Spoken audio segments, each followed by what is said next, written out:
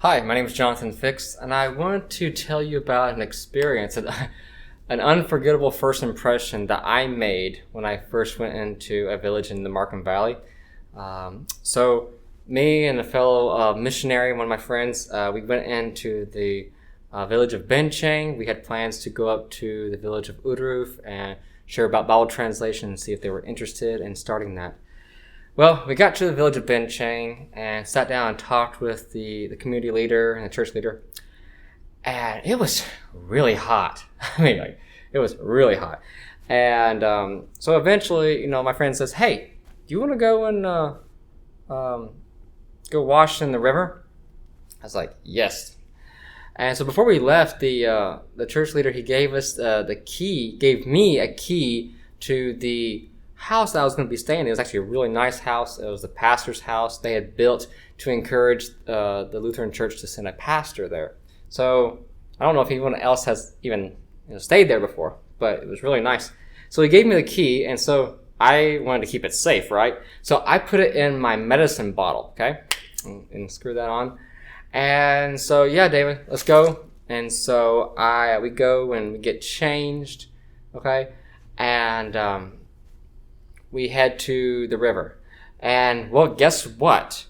The reason why I brought that medicine bottle was to contain my soap, right? And so naturally, I grabbed that soap on my way to the river. You know what's about to happen, right? So we get to the river, and we spend like 20 minutes just relaxing in the cool water. It's just amazing. And then after that 20 minutes, we decide, okay, we ought to clean and scrub and all that. And so I had put the medicine bottle in my shorts pocket, and I start doing this.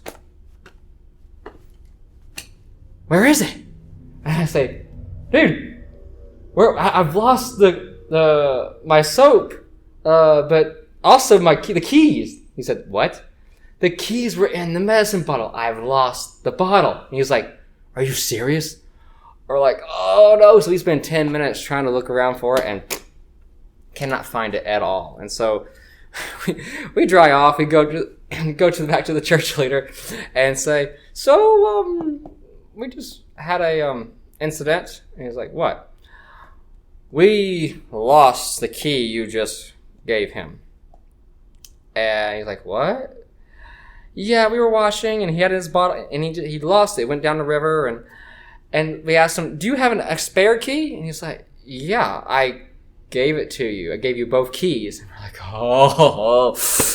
So, yeah, embarrassing. And then all the other guys were, the Papua New Guinea guys that were listening, they were like, yeah, heavy. Heavy is a way for it's like, oh, it's hard upon us, or it's something that's like, ooh, it's not that good. So anyway, it's like a whole parade of people who are following and like they all go to the pastor's house and they're about to strip the bolt out to get in, and they're probably gonna have to go and buy a new bolt. To do that, you have to go into the canoe and go to lay and buy. It's a whole big ordeal. And so I'm sitting there like, oh man, first impression, and I mess it up. But guess what? Right before they're about to take the bolt out, there's this woman that comes up, and she's speaking the language, and she's saying, I found it. And she's holding the medicine bottle. Lo and behold, she is washing her kids downstream, and she saw this medicine bottle go by and get stuck in the brush, and she was like, "What's that?" And so she grabs it, and then finds out, what had happened, and she's like, "Oh, I got it. I'm like, thank you, Lord, you saved my bacon. But yeah, it was just hilarious. At first impression, me in the village, in the Markham Valley, and that's what happens. And so that is memorable, and I don't think the people of Bencheng are ever going to forget that as well.